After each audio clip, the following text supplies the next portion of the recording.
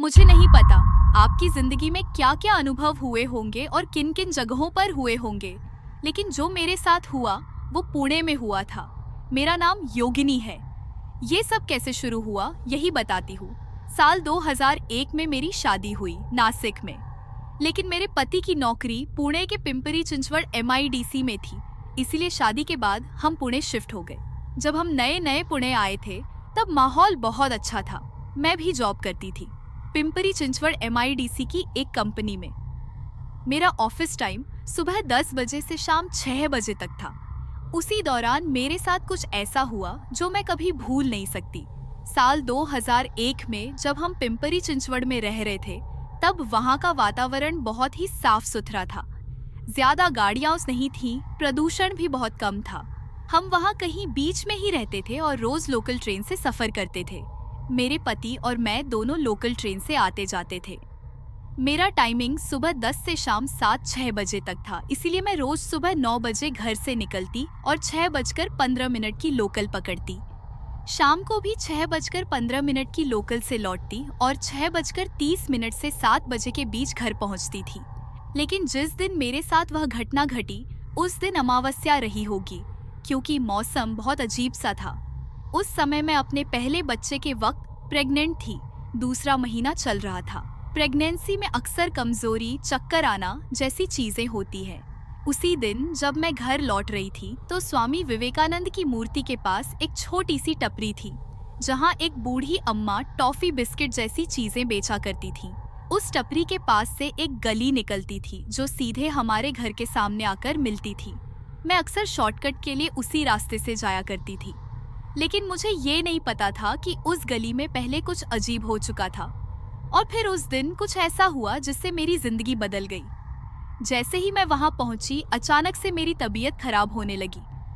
चक्कर जैसा महसूस हुआ तो मैं उस बूढ़ी अम्मा के पास जाकर बैठ गई। मुझे लग रहा था कि कुछ तो अजीब हो रहा है। शाम के करीब 6:30-7 बजे का वक्त रहा होगा। तभी मुझे अचानक चक्कर जैसा महसूस हुआ। किसी तरह मैं घर पहुंची। रास्ते में उस अम्मा ने मुझे पानी दिया। थोड़ा पीकर मैं घर चली गई। लेकिन उस रात कुछ अजीब हुआ। जैसे ही मैं सोने गई कमरे की सारी लाइट्स बंद कर दी, बस एक 0 वॉट का बल्ब जल रहा था। तभी मुझे ऐसा महसूस हुआ कि कोई मेरे करीब आ रहा है। पहले दिन तो मैंने इसे कोई सपना समझकर नजरअंदाज कर दिया। अक्सर जब हम सोने की कोशिश करते हैं और हल्की नींद में होते हैं तो हमें ऐसा आभास होता है कि कोई आसपास है। मैंने भी यही सोचा और ज्यादा ध्यान नहीं दिया। लेकिन अगले दिन भी वही हुआ। इस बार मुझे एक औरत दिखने लगी। कौन थी वो ये मुझे नहीं पता था, लेकिन उसकी आकृति बिल्कुल साफ थी। गोरा, गंभीर रंग, साधारण लेकिन खूबसूरत चेहरा, और उसने एक गुजराती साड़ी पहनी हुई थी। वह मेरे पास आकर बैठ जाती और जैसे माँ अपने बच्चे के माथे पर हाथ फेरकर सुलाने की कोशिश करती है, वैसे ही मुझे थपकियां देती और कहती, सो जा, मैं यहाँ हूँ। मैं घबरा जाती और पूछती, आप कौन हैं? लेकिन वो हमेशा यही कहती, कुछ नहीं, तू बस सो जा। ये सब हर रात ठीक 12:30 पर शुरू होता और सुबह तक चलता रहता। ये सिलसिला करीब 10 से 12 दिन तक चला। अब मुझसे ये सब सहन नहीं हो रहा था तो मैंने अपने पति को बताया। मैंने कहा, मुझे हर रात कुछ अजीब महसूस होता है। कोई औरत मुझे दिखती है। मेरी नींद उड़ गई है। दिन में ऑफिस जाती हूँ तो वहाँ नींद आती रहती है। उन्होंने मेरी बातों पर भरोसा नहीं किया। बोले, अरे ये सब तेरी प्रेगनेंसी की वजह से हो रहा होगा, तुझे ऐसा लग रहा होगा, बस ज्यादा सोच मत। लेकिन अब मेरी हालत बिगड़ने लगी थी। लगातार नींद न आने की वजह से मेरी आंखों और चेहरे पर सूजन आ गई। कमजोरी इतनी हो गई कि खाना पीना भी कम हो गया। दिन भर मितली जैसा लगता था। फिर एक दिन जब मैं घर जा रही थी, रास्ते में मेरे पति के मामा के दोस्त और उनकी पत्नी मिले। उनकी पत्नी ने मुझसे पूछा, अरे तुम्हारा चेहरा इतना सूझा सूझा सा क्यों लग रहा है, सब ठीक तो है ना? मैंने उन्हें सब कुछ बता दिया और कहा, मैंने अपने पति को भी बताया, लेकिन उन्हें विश्वास नहीं हो रहा। इतना सुनते ही वो घबरा गई। उन्होंने कहा, हे भगवान, तुम्हें भी वही दिखने लगी और कितने लोगों को ये देखना पड़ेगा। फिर उन्होंने बताया कि उनके बेटे को भी यही औरत दिखाई देती थी। कुछ ही दिन पहले उसने भी इसका जिक्र किया था और फिर अचानक बीमार पड़ गया था। अब मैं पूरी तरह डर गई थी। मैंने उनसे पूछा, ये कौन है? इसका क्या सच है?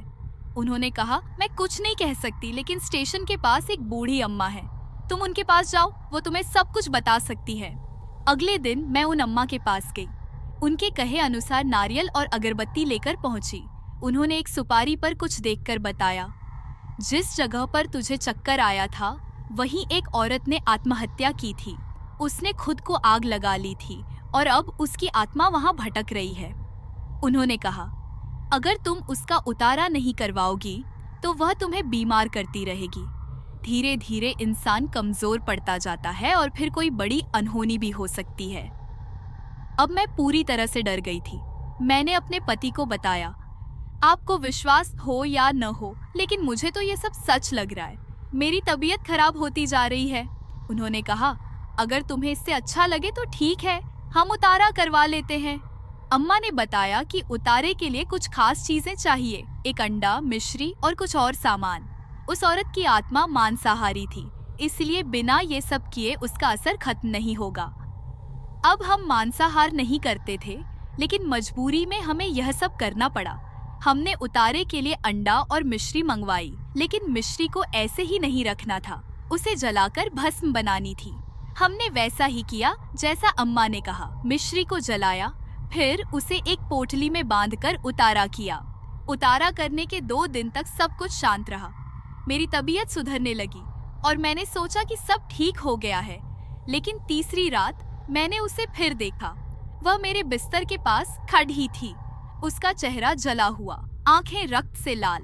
मैं चीखी और बिस्तर से गिर पड़ी। जब आंखें खोली तो मैं हॉस्पिटल के बेड पर थी। मेरे पति रो रहे थे। डॉक्टर ने बताया, आप 10 दिनों से कोमा में थी और आपका मिसकैरेज हो चुका है।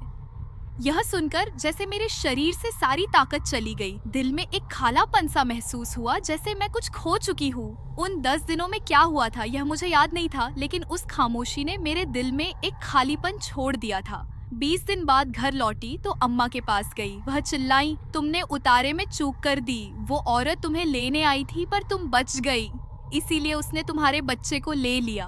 वो आत्मा भूखी है, उसे किसी की जिंदगी चाहिए। जब भी वो समय याद करती हूँ तो आंखों में आंसू आ जाते हैं। वो पल, वो दर्द, वो डर, जैसे सब कुछ फिर से मुझे घेरे में ले लेता है। उस अंधेरे में जहाँ सिर्फ चुप और खामोशी थी, मैं खो जाती हूँ। हर रात, हर सुबह वो दर्द, वो खोने का एहसास दिल में चुपके से फिर से बस जाता है। कभी सोचती हूँ, क्या कारण था? क्यों वो सब मुझसे छीन लिया गया? क्यों हमसे वो ख्वाब, वो सपना, वो जिंदगी छिन गई? अगर आपको ये कहानी पसंद आई हो तो लाइक, शेयर और सब्सक्राइब करना न भूलें। और अगर आपके पास भी कोई कहानी है तो उसे इंस्टाग्राम पर शेयर करें।